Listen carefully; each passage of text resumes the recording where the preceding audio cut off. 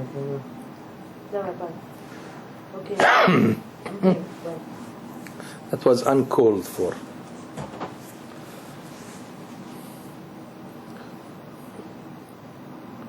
The lecture of tonight should be on the Parashat that follows the Parashat Lech Lecha, which we did last week. Which means we are going to talk about Parashat Vayera, which is the fourth portion of the Torah in the order of the book of Genesis, of Bereshit. Parashat Vayera. Nevertheless, it's unavoidable to begin with the last part of last lectures, Lech Lecha, because it has to do with the first part of the lecture of tonight. In last week's in Lech Lecha, Parashat Lech Lecha, we learned at the end of the parasha about Avraham Avinu circumcising, Brit Milah. As old as he was, nevertheless, he circumcised himself. And at the end of the Parashat Lech Lecha, we find a commandment of God, Himol lachem kol zachar. Every male must be circumcised. That's the first commandment in this kind that appears in the Torah. Second time is in the book of Vayeira, in Parashat Tazri'ah, Bayom Hashemini Imol Besar Orlato, which indicates that it should be on the 8th day. But truly, as a commandment, it appears in last week's parasha, and Avraham was the first one to circumcise himself, and later he circumcised his son, Yitzchak, and so forth. We would like to ask the first question of tonight: what is the reason for circumcision? Why is it that Jews must circumcise themselves? Not only that, there is a phenomenon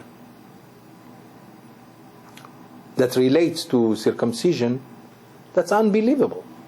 Apparently this mitzvah is the most successful of all the mitzvot, of all the commandments. Why? Because Jews, not only religious Jews, circumcise, but also non-religious Jews.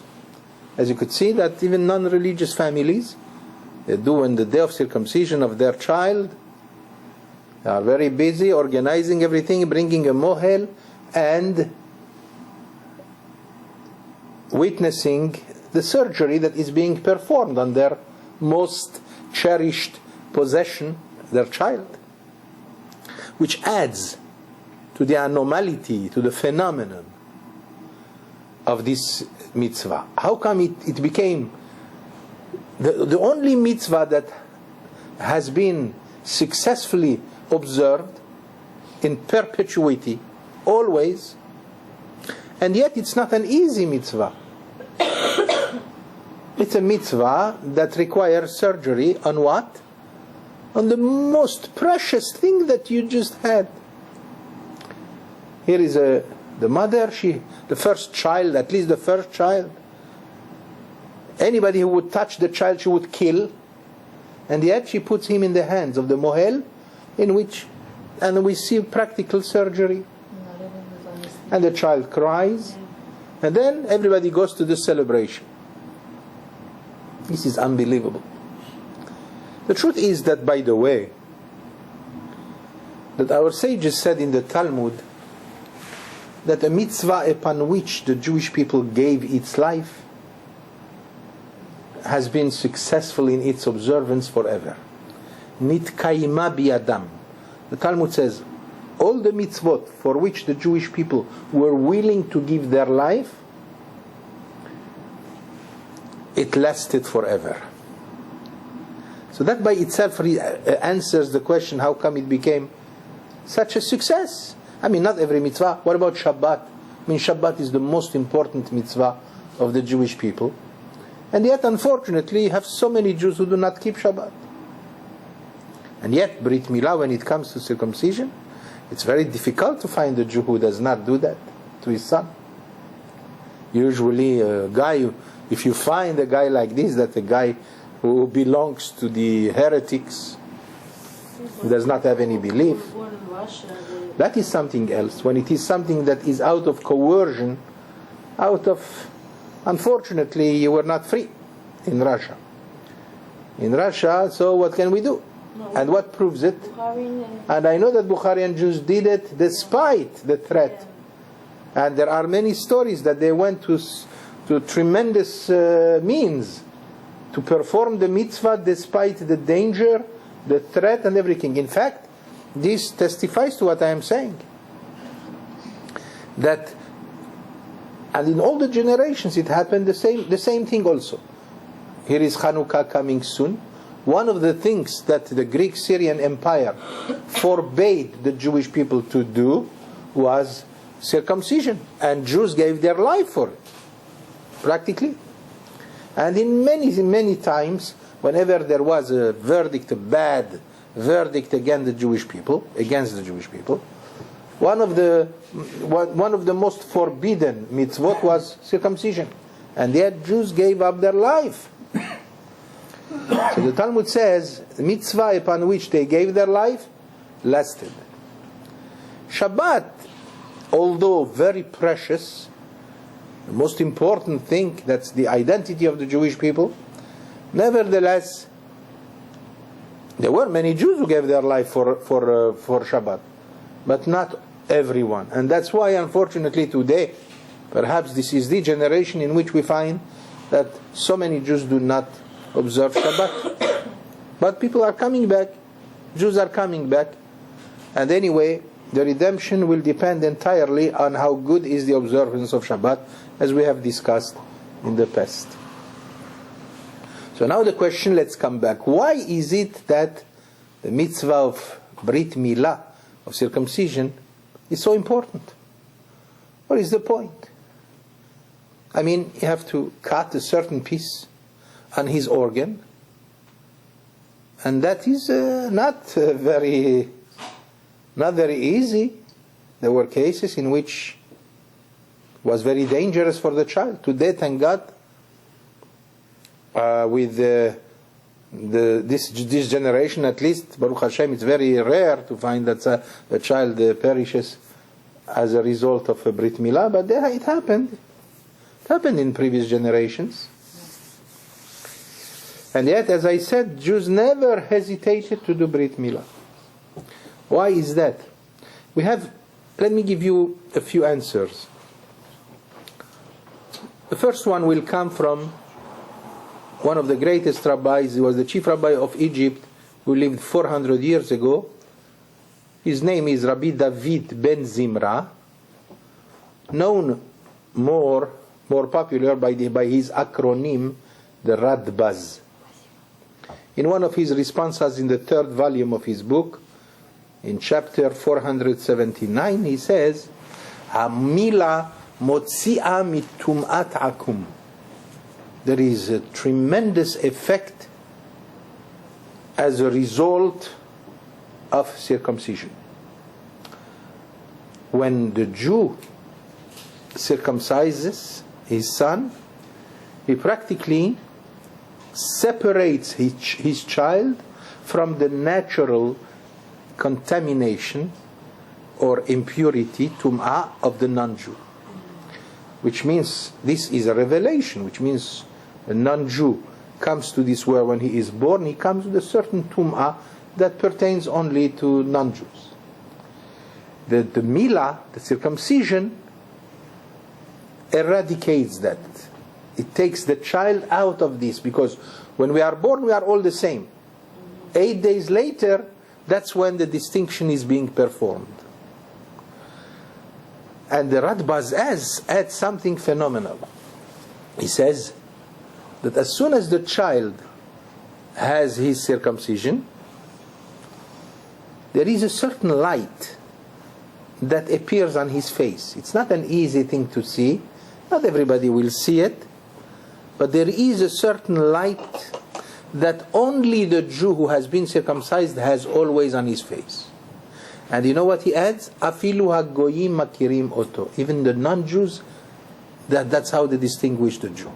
Which means when a Jew, if he goes to China, there is a great probability that even Chinese will think, we know this is a Jew. They know by the face that a Jew is known by his face. We don't know why, but there is a reason. The circumcision. The circumcision, it projects a certain light on the face of the baby, and then he is a Jew that has been circumcised. This light is always on his face. That's what the Rabbi says. The Rabbi is known for his tremendous wisdom. He's known for his scientific outlook in everything. Also, earlier than the Radbaz was the Rabbi Aharon of Barcelona, who lived approximately 800 years ago and gave us a treasury known as the book of the Chinuch, Sefer HaChinuch, the book of education, in which he explains the reason of every single mitzvah of the 613 mitzvot that we have. And when it came to the mitzvah of circumcision, he says, "Bamila ratzah Hashem likboa ot beguf amo lehavdilo mishar hagoyim."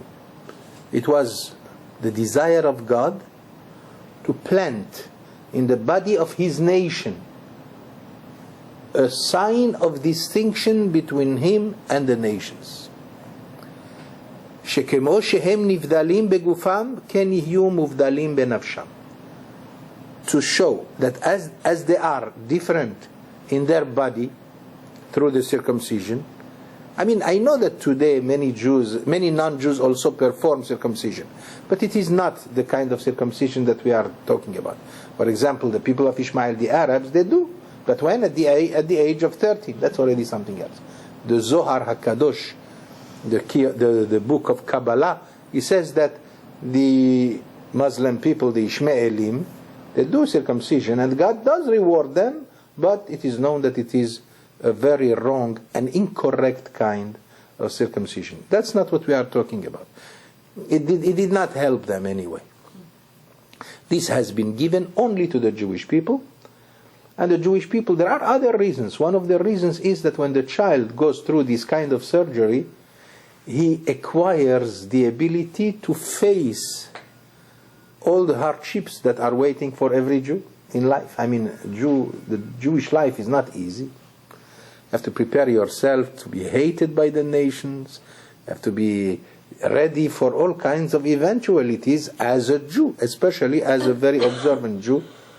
Don't tell me that it's an easy life for an observant Jew to go all over the world. It's not easy. So he needs to be equipped with a certain type of patience, of a certain type of power that will help him to go on with his life. And the circumcision gives him this kind, at least to a certain degree, it gives him this kind of preparation. You don't like this explanation? Circumcision, it says, there is in another place in other areas, Abenu Bachia the Sfardi, also a great Jewish philosopher and commentator who lived approximately 900 years ago, he says, why is it that little babies have to suffer so much from teething?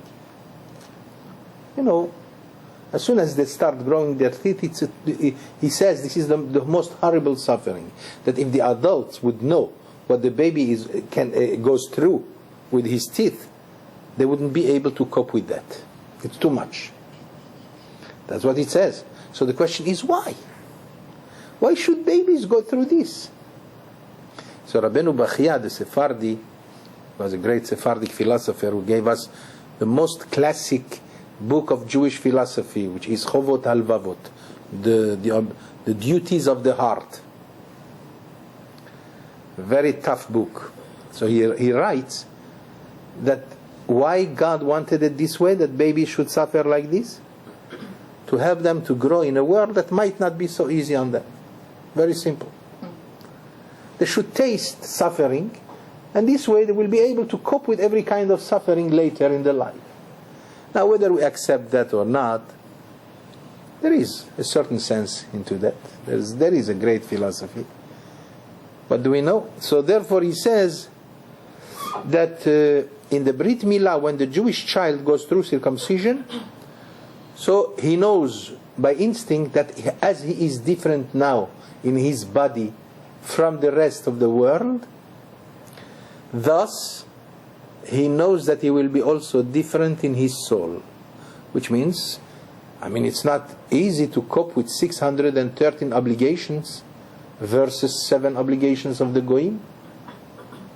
The non-Jewish world received only seven commandments. We received 613 commandments. Are you aware of that, right? That shows some difference. It's unbelievable. All right. If that's the case, there is a question. Why is it that God, if that's what He wanted us to have, why didn't He create us? By nature, we should be coming out all nicely circumcised. And by the way, there are a few people that do not need it. Nevertheless, they need an excision. They have to do some bloodletting in the organ. But it's very, there are always exceptions in everything in nature. God wanted exceptions to be in the world so that we will remain with our full ability to have free will.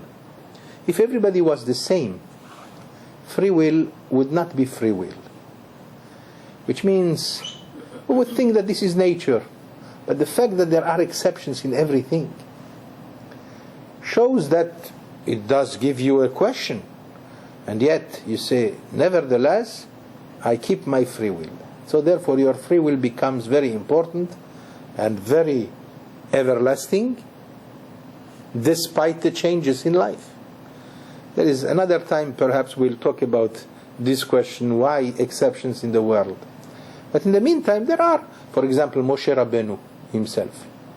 Our teacher Moses, he came, he was circumcised. Of course our sages refer to him as a child of God who is going to bring the redemption to the Jewish people. So therefore he was already pure from his birth. But the truth is that it has nothing to do with purity. It has to do with exceptions of human beings. People, our sages said, every human being is a different world. I'm sorry to say this, doctors, but you think that doctors know everything? Of course, I know that you don't think so. The truth is, it's very difficult to heal people. It's not easy to heal people because every human being is a different situation. It's a world by itself. But we appear to be the same, apparently. But you see, our sages said, as we are different in our faces, we are different also in the way we feel. The Yetzer Hara that everyone has, the evil inclination that we all have, is different. One has its inclination in this matter, the other one has it in a different character, and so forth. The same thing also with the good inclination. People have all kinds of inclinations and they are different. People are different. And that's the reason why we are different, to keep our free will intact despite the things that we do not understand. So now the question, let's come back to the question, why is it that God did not create us from the beginning? If that's what He wants us to be different than the rest of the nations, let us be born this way. It's not such a big question, but since it has an important answer, so that's why we allowed ourselves to say the question.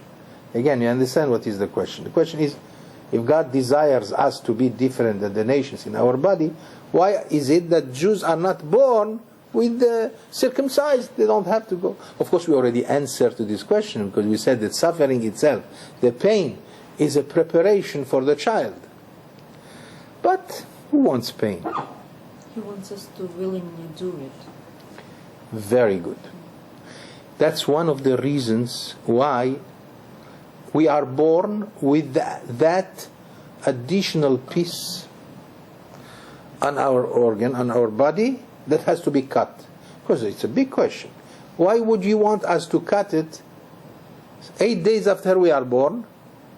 Doesn't it show that perhaps your creation is not perfect? If your creation is perfect, then let us be born perfect. We don't have to cut anything. But by cutting immediately after birth, that shows that the human being comes out imperfect. And that's the question within the other question. So therefore, why doesn't He create us as He desires us to be? The answer is simple and yet deep. To show us we have the potential, we have the capability to change our body.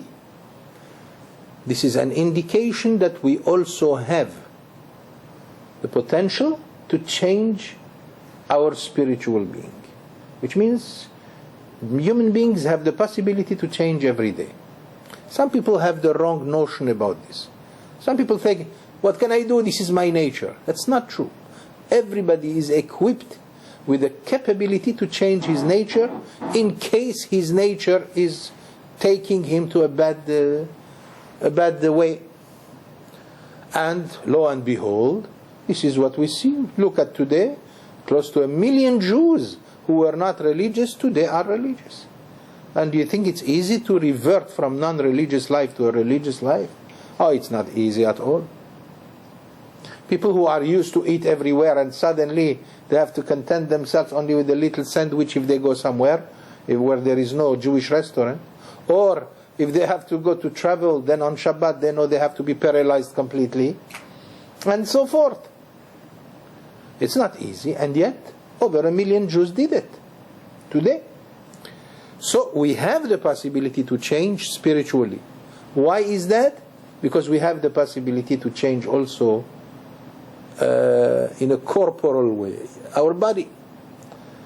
So God gave us this possibility by giving us the power and the permission to cut immediately after we are born, 8 days after. And why 8 days? Why not immediately? Because only the 8th day shows that now we belong with the living. Our sages say that. Our sages said because until 8 days pass, we are not sure if he belongs to the living or to the dead. But by the 8th day, now we know that you are alive. We know that, because anything could happen. Not easy to talk, to discuss these things in front of a doctor, because who knows what questions you might raise. I am ready to hear any question, by the way. So anyway, that's what the Chinuch says. There is another reason why this piece has to be cut, because our sages regard it as something that is abominable. It's not clean. It's called in Hebrew me'usa ha'orla. That piece which has to be cut during the circumcision is me'usa. Me'usa means is disgusting. And the Jewish body is not made for things that are disgusting, and therefore it has to be removed. So now we can understand why we are all born this way, because human beings, most of human beings, they are going to live with that all their life. You understand that? So therefore, we have to cut it as an act of as a removal of something that is negative, and automatically by removing it, we are upgrading to a higher level of spirituality. That's what our sages say. There's plenty of things to say about Milah, but I am anxious to go to our Parashat, to our portion of the Torah, because this pertains to last week's Parashat. But I wanted to discuss halachically the matter of other things also. But we see, for example, that immediately after Avraham Avinu circumcised himself, he circumcised his son. And now, from this, our sages learned in Masechet Kiddushin, in the Gemara, in the Talmud of Kiddushin, page 29, Sheha'av chayav lamul beno. The obligation falls upon the father to circumcise his son. By the way, the mother is not under the same obligation. It is the father's obligation that he has to take care of that. When he has a boy, a son, born, he must put him through this surgery that we call Berit Milah. So now, which means we understand that it is the father that has to do it. Do you understand that? The father has to do it. But the problem is that not every father can. Therefore, the mohel is not really the guy who has to be doing it. It is the father. But the father, since most of the fathers do not know how to do the Brit Milah, so therefore they appoint a proxy, a shaliach. And the mohel is only a messenger. Someone who's doing it for you. So that's what the mohel is about. So he is not like a high priest. Of course, he's regarded, the guy who sits in the chair as a sandak is considered like the high priest. But the mohel himself is only the proxy, the shaliach of the father.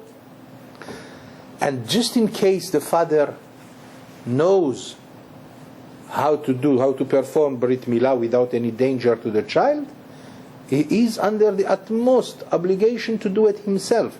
In fact, there is a question in the world of responses in the book of Or Zarua, in the laws of Milah, Brit Milah, in chapter 107, that even if sometimes the father wishes to honor one of his friends who are experts in the matter of circumcision, a mohel, but the father also knows he's also a mohel, but he's not allowed to honor anybody. There was such a question: is he allowed to honor someone to give him the right to do it to his son? The answer is that if the father knows, he's not allowed at all to give it to anybody, because he himself is under the obligation to do it. And that's the same halacha has been decided in the Shach, that is the Siftei Kohen, the greatest, one of the greatest halachic deciders of decisions, in Choshen Mishpat, in chapter 380. All right, now we can begin with the portion of the Torah of Vayera. So this parasha begins, Vayera elav Hashem be'elonei mamre, that God appears to Avraham. And now you will understand why I started with the laws of circumcision. Because when God appeared to Avraham, with the very beginning of the verses in this portion of Vayera, why did he come to, he says Vayera elav, it means he came practically to visit him. God appeared to Avraham. Why is that? This time is not in order to give him any prophecies. It's a tremendous, it's almost bizarre, but God himself came to visit the sick. And our sages said, and brought in Rashi, taken from the Talmud in Masechet Baba Metzia on page 86, that there it says that this was the third day after Avraham circumcised himself. And our sages say that the third day is the most painful. What do you say about this, doctor? Our sages said that the most painful day after circumcision for the child is the third day. I assume that today this is not so much relevant, because with the advance of Baruch Hashem, the science, so perhaps it's not the case. But our sages know what they say, that on the third day it's more painful. If you remember, we read in Parashat later, which we will discuss perhaps in the future, that when the children of Yaakov heard, Shimon and Levi, when they heard that their sister Dinah was raped by the son of Hamor, Shechem ben Hamor, so they were because Shechem ben Hamor fell in love with her. The Torah says that he practically raped her, but then he fell in love with her. So he came to Yaakov and his family to ask them, I want to take her to become my wife, and I will give her riches and everything. Yaakov did not answer anything. The pain of his daughter being raped and taken by a tameh, by a man who is impure, was a very great source of suffering for Yaakov. But he didn't say anything, because he wanted peace with the neighbors. But the two children, Shimon and Levi, they were still very young, but very, almost brutal. But they were very strong. And it's not a legend, everybody knows the great strength of the 12 brothers. of the tribes, that they had the Herculean strength. Remember Yehuda? We shall talk about this in the coming future. But in the meantime, Shimon and Levi, they waited. So what did they say? When the people of Shechem came to them to ask for Dinah, they said, please, demand from us whatever you want. Ask to pay all the gifts that you want, as long as you give us your sister, your daughter, for us. Finally, the children said, okay, but with one condition. Since in our tradition we cannot marry someone who is not circumcised, so if you want us to accept to give you our sister, you have to promise that you and all the city should circumcise. That's some demand, huh? The people of Shechem, they said, okay, let us bring this to the decision of the people. Let's see. So the Torah tells us, it's a beautiful story, Shechem ben Hamor and the father Hamor, nice name that he has, he went to the city and he told them, we are interested that this very glorious family of Yaakov, who are very powerful also, we want them to belong with us. They are rich. We want them to be integrated with our country, with our city. Why not? Let us circumcise all of us, and then don't worry, whatever they possess is ours anyway. All right. They went and circumcised themselves. I mean, they probably brought all kinds of... and they did it. And the Torah says, "Vayhi bayom hashelishi bihiotam ko'avim." On the third day after the circumcision, which is the most painful day for those who are circumcised, Shimon and Levi, without asking permission from their father nor from the rest of the brothers, they took their swords and they went into the city and they exterminated everyone there for having the guts to rape their sister Dinah. So they killed the whole city. They did not leave, and they practically exterminated everything there. Of course, Yaakov, their father, when he heard about it, he was very angry. He never forgave them for that, because since then, we believe that since then, the natural hatred against the Jewish people was unleashed in the world. That's some sources say that this is when it started. But according to Kabbalah, it started from the time of Esav, with Sefo and Onam. That's according to Kabbalah. But according to the story of Yaakov Avinu, it appears that this hatred, anti-Semitism, started from that time, when the children of Yaakov destroyed the city of Shechem. Because they could not live with themselves. I mean, the only reason they answered them this way is only so that they can attack them at the time of their... of course, today we will regard this with liberal eyes and liberal things, and we will condemn the children of Yaakov. Well, yes. If his sons wouldn't have done this, how would Yaakov get out of this? Yaakov, you are asking a very good question, because the Torah is very quiet about this. Apparently, Yaakov kept quiet, although he felt the terrible pain. If, perhaps I could say the following: if it was left to Yaakov, he would have cursed them in proper time, and they would be punished anyway. But the children could not wait.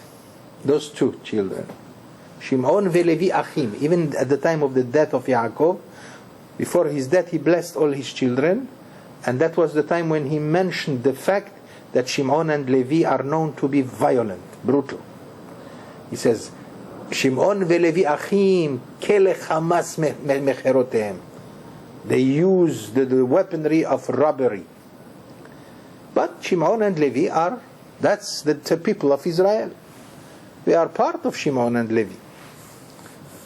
They could not live with that their sister Dinah, a beautiful woman, she was taken. Well, the Midrashim, we have many Midrashim that tell even Shimon and Levi were only 13 and 14. That's according to the Midrash. Now you understand why did I bring the story that does not pertain to Parashat Vayera. Rather, it appears in the Parashiot later. It's because I wanted to prove to you that the third day after circumcision is the most painful. Because that's what they used. They waited till the third day in order to know that that day will be the best day. It will be easy to kill all of them without too much interference. This sounds a little bit, today's understanding, this will sound like a renegade way, a way that is not for the strong, but rather for the illicit people who have no. But anyway, if we were in their place, perhaps we would understand the matter better. So now let's go back to Avraham. Avraham circumcised himself. On the third day, God appeared to him. And our sages said, Yom Shlishi lemilato haya. It was the third day after his circumcision. That's the most painful day. And yet, where was Avraham? He was outside his tent. And that day was so hot. Our sages said that God made that day especially hot. They used the term Shehotzi chama min nartika. He practically took out the sun from its bag. It was so hot. Why is it that God made it so hot that day? Anybody knows? Why did God make it so hot? He would not move and do any work, so he wouldn't have energy to move. No, it's almost that. But in reality, Avraham was a champion of the mitzvah of Hachnasat Orchim, to invite people in, which we will talk soon in halachic ways. So there would be no trouble. He was so much ardent, so hot about this mitzvah, that he would give anything to welcome people in his tent and to offer them food and to have guests.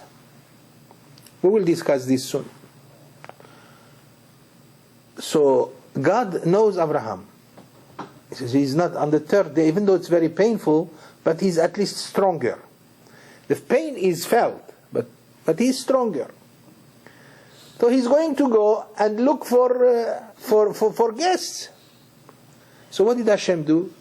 You know what? Let me make the day as hot as the oven, and this way no one will venture outside. It's not that he said that Avraham will not go out. God knows that despite the heat, Avraham will go out to look for a guest, for a wayfarer. You know, we shall discuss halachically what kind of guest we are talking about when it is a matter of mitzvah to invite someone. But in the meantime, God knows the nature of Avraham. Nothing is going to stop him. So what did he do? He says, let me make the day so hot that nobody will go out. And this way nobody will come and bother him. As you said, nobody will bother him because, it takes work and many things to have a guest. He didn't help. So God sees that Avraham, when he saw nobody is coming in, he went out and he sat at the entrance of the tent. So God realized, so to speak, for us, God knows everything. But he realized that with Avraham, if I don't bring him a guest, he's going to be in a worse condition than if he takes care of a guest. Therefore he says, well, the heat is on, but nobody is out. So what am I going to do? He sent 3 angels who would appear to Avraham as 3 Arabs, not Muslims. Then there was no Islam. They were Arabs, but not Islam. They were Arabs, idol worshippers. Islam started only in the time of Muhammad, which is in the year 500 after this coming era. After the coming era, the common era. That's 500 years after the other guy. After you know who, the Christian guy. That's when Islam was upon the world, and that's when Arabs were converted to Islam. Otherwise, before, they were all a bunch of people who only worshipped all kind of different worship of different idols, different gods. That day, 3 people appeared to Avraham, appeared from far away. Avraham sees that there are 3 people. Now God is with him, and Avraham is busy with God. Understand it any way you want, by the way. God is with Avraham. The Shekhinah, the divine presence, is with him, and he is. There is a certain discussion. Suddenly, 3 people appear from far away. Those were 3 angels that God provided for him to come and to give him the satisfaction to have a guest. By the way, those 3 people, they also had another mission. One of them came to cure Avraham from his pain. The other one came to announce to Sarah that she is going to become pregnant. And the third one was on his way to destroy Sodom, which comes also in the story of Vayeira, Parashat of Vayera, which we will not be able to touch tonight. Perhaps, if you want, we can continue on it next week. So that's why those were the 3 missions of the 3 Malachim. But at the same time, Hashem made it that they came on that way, so that Avraham will have somebody to invite. And lo and behold, what happened? When the God is speaking with Avraham, and then suddenly Avraham says, "Vayomar Amunai, imna matzadi chen be'enecha." Avraham says to Hashem, so to speak, he says to him, "Sir, Hashem, God, please, suddenly I see some people, please forgive me. I have no time for you. I have no time for you." And he went. He did not wait for them to come to him, which, by the way, tells us Jewish law that there is a mitzvah and a mitzvah. The Rambam says that what is mitzvah minam muvchar? For example, in charity. Charity is a great mitzvah, right? But it's not such a great mitzvah if you wait until the guy comes and asks you. What is the best mitzvah of charity? If you know the needs of someone, and before he comes to ask you for help, you extend, you go and you offer your help. That's what the Rambam says, mitzvah minam muvchar. That's the best, the quality of the mitzvah of charity. The same thing also with the mitzvah of receiving a guest. We are going to talk about what kind of guest, when do we know it's a mitzvah. I mean, to have a guest that come to play cards with you, or to just socialize, or just a plain visit that they come. That's not what we are talking about. We are soon going to find out, halachically, what are the requirements for this mitzvah to be observed properly. So now we see that Avraham is saying to God, "God, please forgive me, I got to go and take care of these people." Which, by the way, immediately our sages give us a teaching, that from this we understand the very famous teaching, Gedola Achnasat Orchim Yoter Mikabalat Penei Shechina. Greater is the mitzvah to help and to offer someone to come to you and to invite him home, even more than being with the divine presence. More important than God. And believe me, this is with the permission of God. God says, it's okay, take care of somebody that needs you. It's more important than me. That's one of the gallant ways of God. And soon we are going to learn that, in fact, how do we know the ways of perfection with which to go, to walk in this life? We have to emulate God. We have to check the ways of God. We will give you a few examples. And we have to emulate His ways. We have to be like Him. Because you will find out that God is a gentleman, and people have to be gentlemen like Him. Number one, we understand that God came to visit the sick. So by the way, don't forget, here is a very known teaching. This teaches us that we are under the requirement to go and visit the sick. You know, visiting a sick, it's a mitzvah, didn't you know? It's called Bikur Cholim. To visit somebody who is sick is a tremendous mitzvah. Some people make it a point to go to the hospital if they have nobody in the family to visit. who is sick or something, they would go to the hospital and can I help you? Can I do this? This is ways of perfection. And we learn this from God. God did it when He came to visit Avraham. Same thing also we learn from God, that we have to go to comfort the mourners. Nichum avelim. When somebody is a mourner, it's a mitzvah to go to his house. A mourner means somebody who lost someone, his father or his mother or something, and he sits Shiv'ah. That's why, by the way, this mitzvah also is a successful mitzvah among the mitzvot that became successful, that people are very gallant when it comes, ready to go to visit the people who are sitting Shiva. And how do we learn this? Where did we learn it from? From God Himself. When Yitzchak lost his mother Sarah, God came to visit him. When Yaakov lost his mother Rivka, God came to visit him. So our sages said that we have to learn from God the ways of perfection. As the Talmud says, Mahu rachum, afata rachum. As He is compassionate, you have to be compassionate. Of course, immediately people might think, what kind of compassion? Look how many people suffer. This is compassion. But we forget one thing, how much we do, and yet God is not very eager to come and punish us.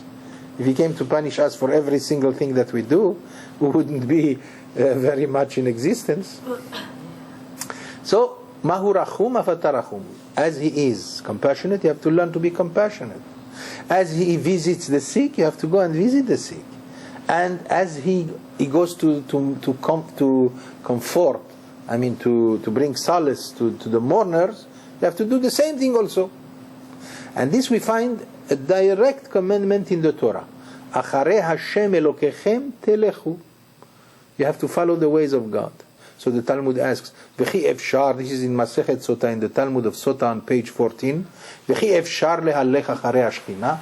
Can we, what do you mean we have to go after God? Can we hold God? Can we go after Him? How is it possible? So our sages said, to go after Him means to go after His character. To emulate, to imitate Him. As He visits the sick, you have to visit the sick also, and so forth, as I have explained. He didn't, by the way, here is a halachic issue. We did say that to visit the sick is a great mitzvah. Wonderful mitzvah, to visit somebody who is sick. But to also go to a family who sits Shiv'ah is also a great mitzvah. Everybody knows that. Let's say you have both of them that came at the same time. Somebody is sick, you have to go to see him. At the same time, you have to go to see a family and to comfort them. And you could do only one thing. What is the mitzvah that you should prefer? You cannot do both. You don't have the time. What would be your answer? What would you choose? To visit the sick or to go to the house of the mourners? Sick. You say sick. Who says otherwise? I say morning. You say mourning. The ladies have plenty to say, huh? Oh my goodness, that's exactly the answer. And the Rambam in Hilchot Evel on the chapter 4, Halacha 7, he writes that in case we have this problem, Nichum Kodem, to comfort the mourners, is first. Why is that? Why? A sick needs you. Our sages said that when you visit the sick, you are taking from him 1/60th of his sickness. Did you know that? When you go to visit him, you remove from him 1/60th from his sickness, which is psychologically understandable. When you go to visit somebody who is sick, he has the pleasure that he has to see you, gives him a certain, he feels better. Of course, we will discuss, if we have the time, we will discuss the halachic possibilities in which we are not allowed to visit the sick. We shall see this in a few minutes. But first, let's. So we said now that you're right, and the Rambam has decided already in this matter that you have to. If you have only one mitzvah that you are capable of doing in the two, you must first go to the house of the mourners. Why is that? Because when you go to console the mourners, you are doing charity, kindness, to both, to the dead and the living. Whereas when you go to the sick man, it's only the living, right? And to do it both. Why is it that when you go to comfort mourners, it is a kindness vis-a-vis the dead and vis-a-vis the living? Our sages say that when you go to visit, because listen, the people, the relatives who have lost their beloved deceased, they are sick practically. Everybody who sits in mourning is like he's sick. He wants people to come to see him. When you go to see him, he feels better. Absolutely, otherwise people would not do it. That's the reason. Okay. You understand? And at the same time, you should know, we have discussed this last time, that during the 7 days, the neshama, the soul of the dead, is there. And she has pleasure to see that people come for her. So it is a kindness towards the dead and towards the living. And therefore, whenever you have the choice between one mitzvah that is beneficial to both the dead and the living, and one mitzvah that is beneficial only to the living, then you have to choose the first opportunity, that is to do kindness to both. And that's what it says in the Midrash. And by the way, King Solomon said that already in the book of Kohelet. Tov lalechet lebet evel milechet lebet mishteh. It's better to go to the house of mourners than even to go to a house of wedding. A wedding party, it's even greater. And in the Midrash we find motav sheyelech bemidah shenoheget bemetim ubchayim mimidah shenoheget rak b'chayim. It's better to choose something that will be beneficial for the dead and for the living, rather than only for the living. There's only one question that is, another question to discuss here. Sometimes somebody is sick, and the guy who is sick is a small, maybe a child, maybe a boy. Should a very important man, let's say, a student is sick, should his Rabbi go and visit him? Does he fall in the same category of those who are obligated? Or let's say the president, is he also under the obligation to go and visit, let's say, one of the employees? A question. Which means, is an important man also under the obligation to go and visit somebody who is inferior? So it's normal to believe that today really people understand better those things. That's why it would be common to say, of course, why not?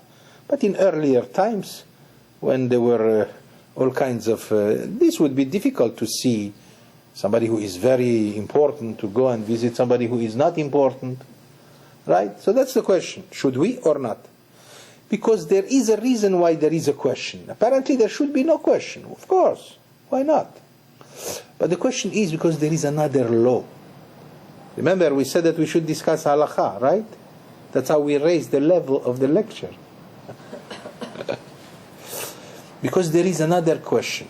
One mitzvah that the Torah tells us, if you find something lost, somebody lost something, and you find it.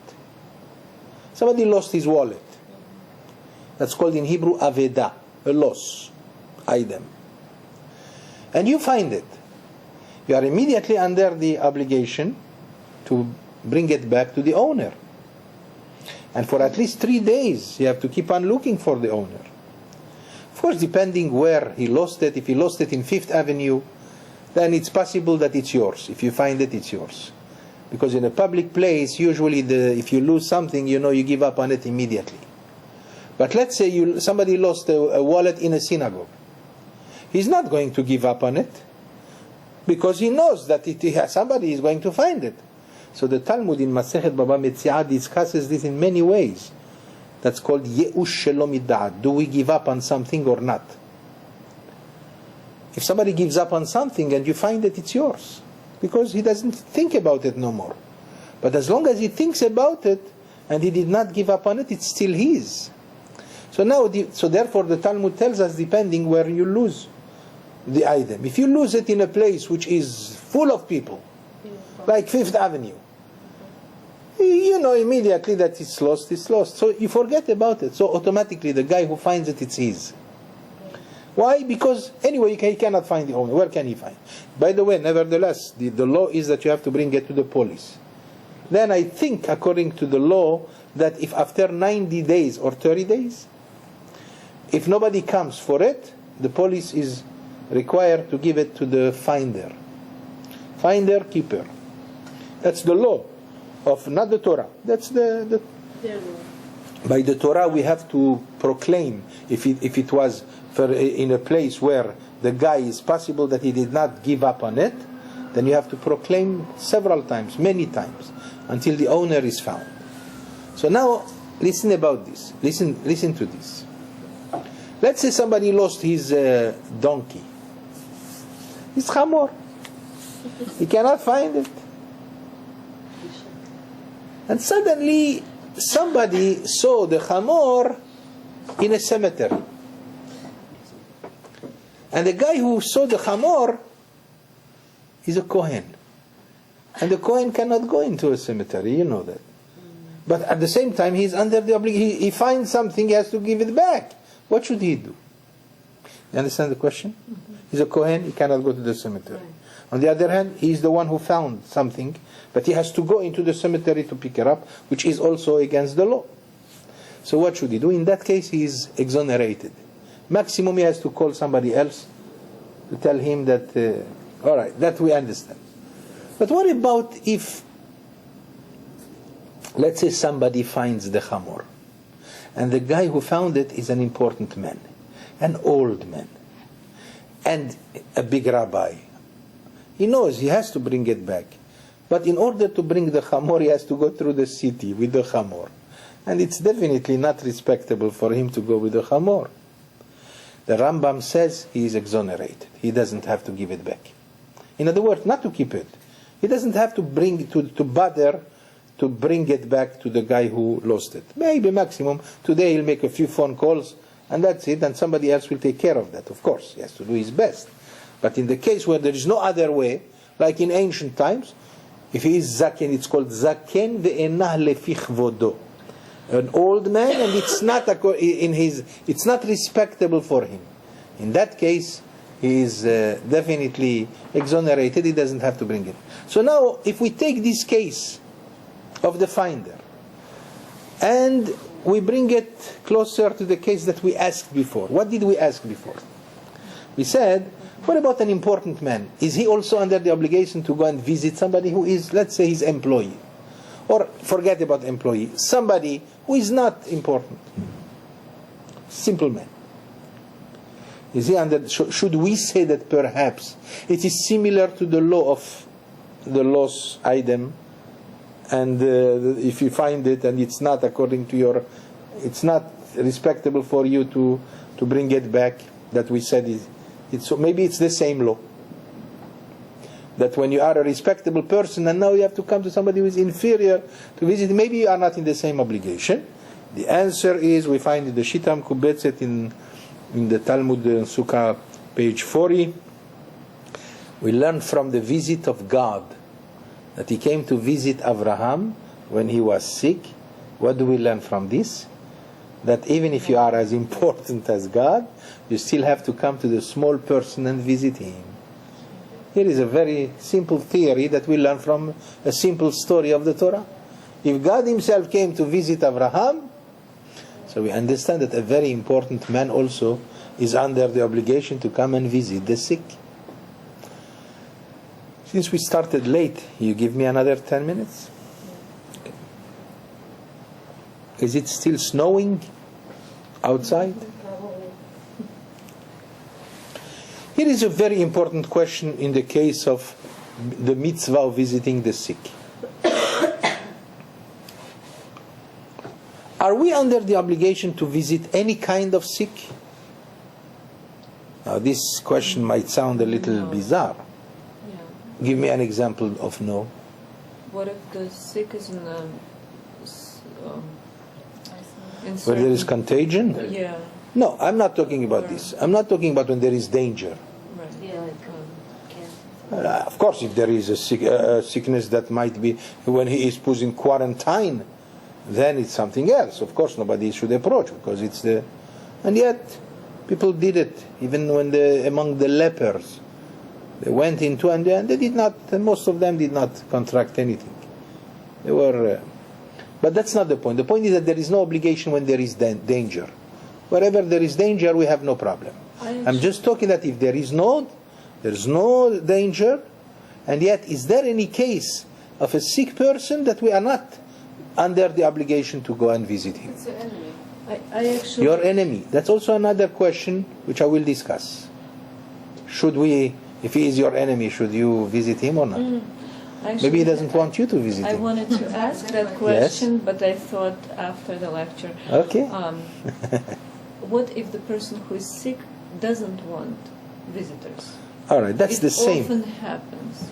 It's the same question when. Even though they're not enemies, but Okay. he doesn't want to appear sick in front of people who remember him. You He wants to understand be the remembered. matter. The matter is we are not allowed, or at least we are not under the obligation to go and visit the sick when we know that the sick man is going to be ashamed. So you are perfectly right.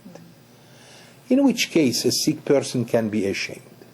So our sages gave us a certain thing. Here is what it says. Number one, you should know the following. The first 3 days of sickness, no one is allowed to visit the sick except the relatives, the closest relatives. To go to visit the sick only after 3 days. I'm not talking about sickness that is contagious or something. No. Normal sickness. After 3 days, then usually the fever is out and everything. Okay, he can now, even other people. But the relatives, yes, is something else. And our sages said also that we do not go to visit someone with a sickness of the eyes. If his eyes are sick. Why? Because if you talk to him, people who talk to him, it causes him pain. Same thing also if people have tremendous headaches. Don't visit him, because if you visit him, he will have to say, how are you? Okay, he will have to answer, and that will give him an extra. But there is another thing that we have mentioned. We are not allowed to visit someone who is sick with a stomach problem. Of course you understand why. The Talmud says, Mishum kisufa, because of shame. Which means if it is a sickness that he doesn't want people to know that he has. What is the main reason why we are obligated to go and visit the sick? The reason is we want to make him feel better. So it's only we have to use also our psychology and wisdom to see if my visit is going to be beneficial to him. I will never forget, over 32 years ago, the first year when I came to America, I was a chazan of the big synagogue in Queens. I was brought as a chazan, you know that? And I sounded like you will hear in those discs. So, I was very friendly with someone, with a neighbor of ours and everything, and they were Bukharian people, the early Israeli Bukharian people, before the big influx from Russia. They wanted me to go and visit a young man, an Israeli guy, also Bukharian, but Israeli. And they felt that they told me to come to visit him so that I can give him a bracha, to bless him. I said, immediately, spontaneously, I said, of course, even though I don't know him. As soon as I went in, he had a terrible, they found a terrible sickness, but he was okay after. Probably because of the bracha. The problem is that when I went in, his wife and him were in great anger. I'll never forget that. What does he do? What is it that he's doing here? They got scared. You know, since then, I became very, very careful about visiting the sick. Because they know me, I was the new rabbi in Forest Hills. Why did he come? I'm not dead yet. That's what he assumed. You understand the point? He thought that the rabbi, if he comes, that means it's the end. That's the time to read Shema on him. I came just to say how are you and to give you a bracha. But he got so scared that I felt terrible. I mean, if I still remember it, it's unbelievable. And I explained to him and everything, and then I gave him a bracha, and then I ran away. And then I became extremely fearful from any time to go and visit the sick. And yet I did my best. When I was the rabbi in Co-op City, 14 years, I visited so many sick people, I cannot count them. One of them was about to die.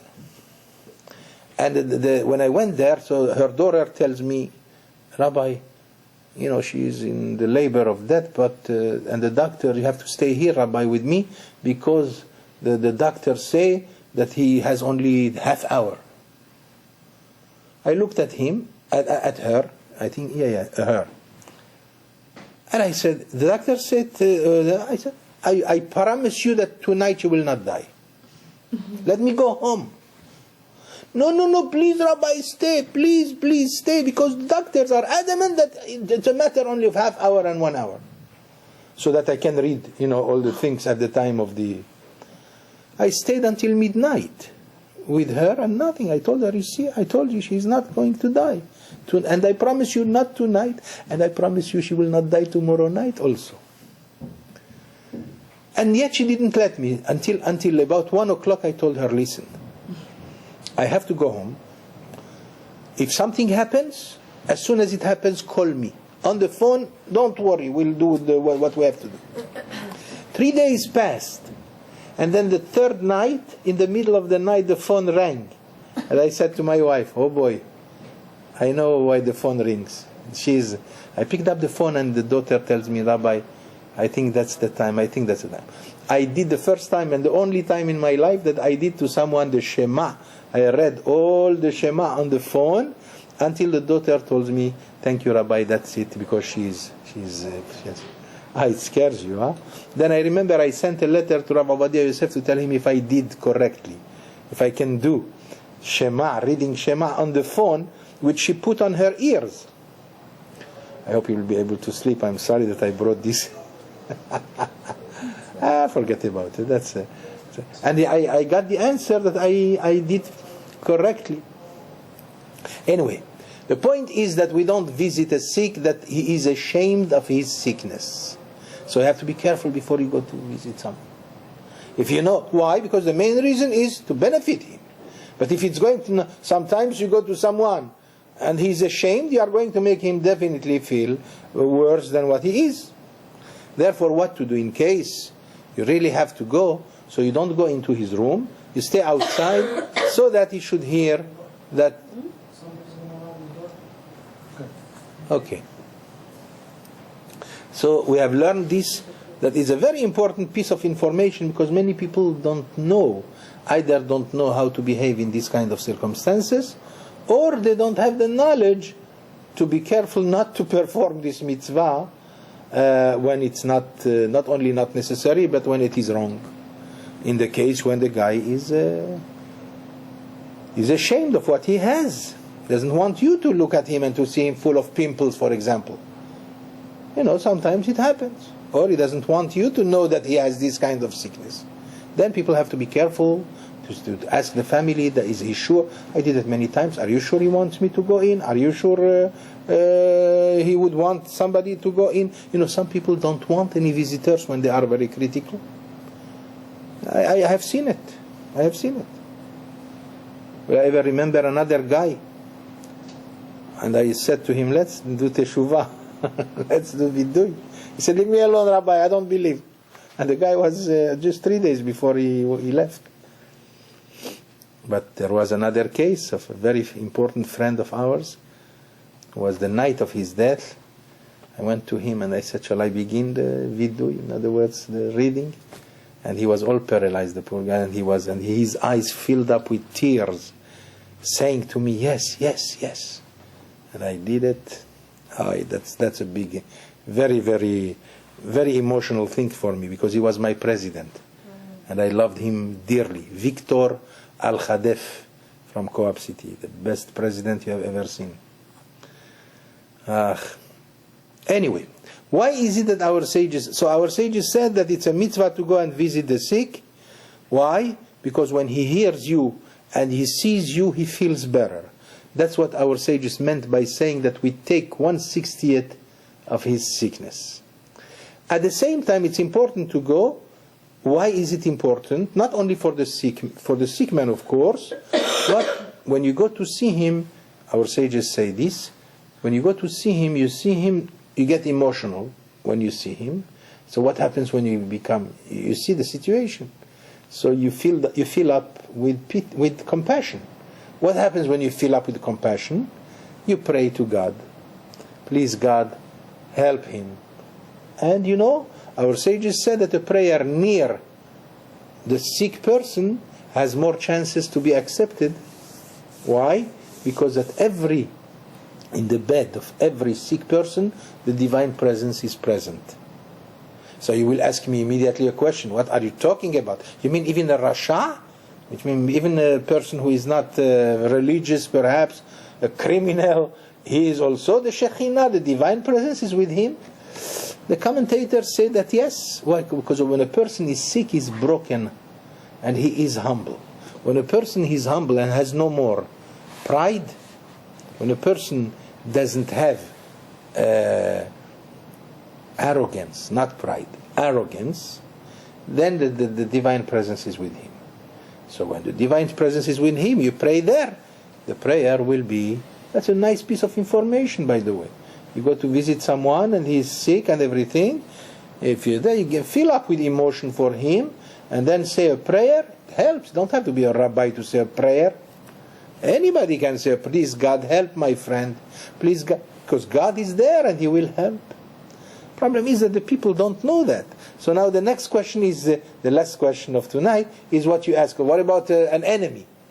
He's your enemy. Let's say you were enemies for 20 years. And now you heard he's very sick. And you want to go to visit him. It happens many times. People who were foes for many years, and then when they heard that somebody is critical or something, he went to see him. Should he go to see him? Maybe he will arouse some negative emotions on the part of the sick person, and that's not beneficial. So what should he do? The answer is he should not visit. Only he should make it known that he wanted to visit him. And if he comes for the purpose to ask forgiveness, then it's okay. Because it will make him feel better. Always only for one reason. So that he will feel better. So if he comes to say, I am sorry for what I did, if that's the intention, then he is allowed. If that's not the intention, all he wants is to see him, no sir. No, don't give us any favors. He's not allowed. But he's allowed to make it known, to tell the family, I was here, I came to see him, fine. And if he prays, let him pray with the following 3 conditions. When you pray, by the way, a good prayer for a sick person is always with loud voice. It's important, kol ram, loud voice. Our sages say that. Second, if possible, in Hebrew, Lashon HaKodesh, the holy tongue. Well, learn it by heart. מי שברך אבותינו הקדושים והטהורים, הוא יברך את הדוקטור לב אמינוב, השם ייתן לו רפואה שלמה וכו' וכו'. You just gain the bracha, what do you care? And also you should always include all the sick of the people of Israel. Which means you say, I bless this guy and I pray for him. You say, mention his name among all the sick people of the people of Israel. And that's a prayer that can be very efficient. I think we should stop right here and perhaps make a second part for next week, because I like to talk about the mitzvah of Hachnasat Orchim, of receiving a guest, besides the stories that are around. Okay? So let's have a good night, and may you never be sick. No one of us should never be sick. Amen. And we should all have good and long life. Amen. And we should be nice to everybody, and that's it. Amen.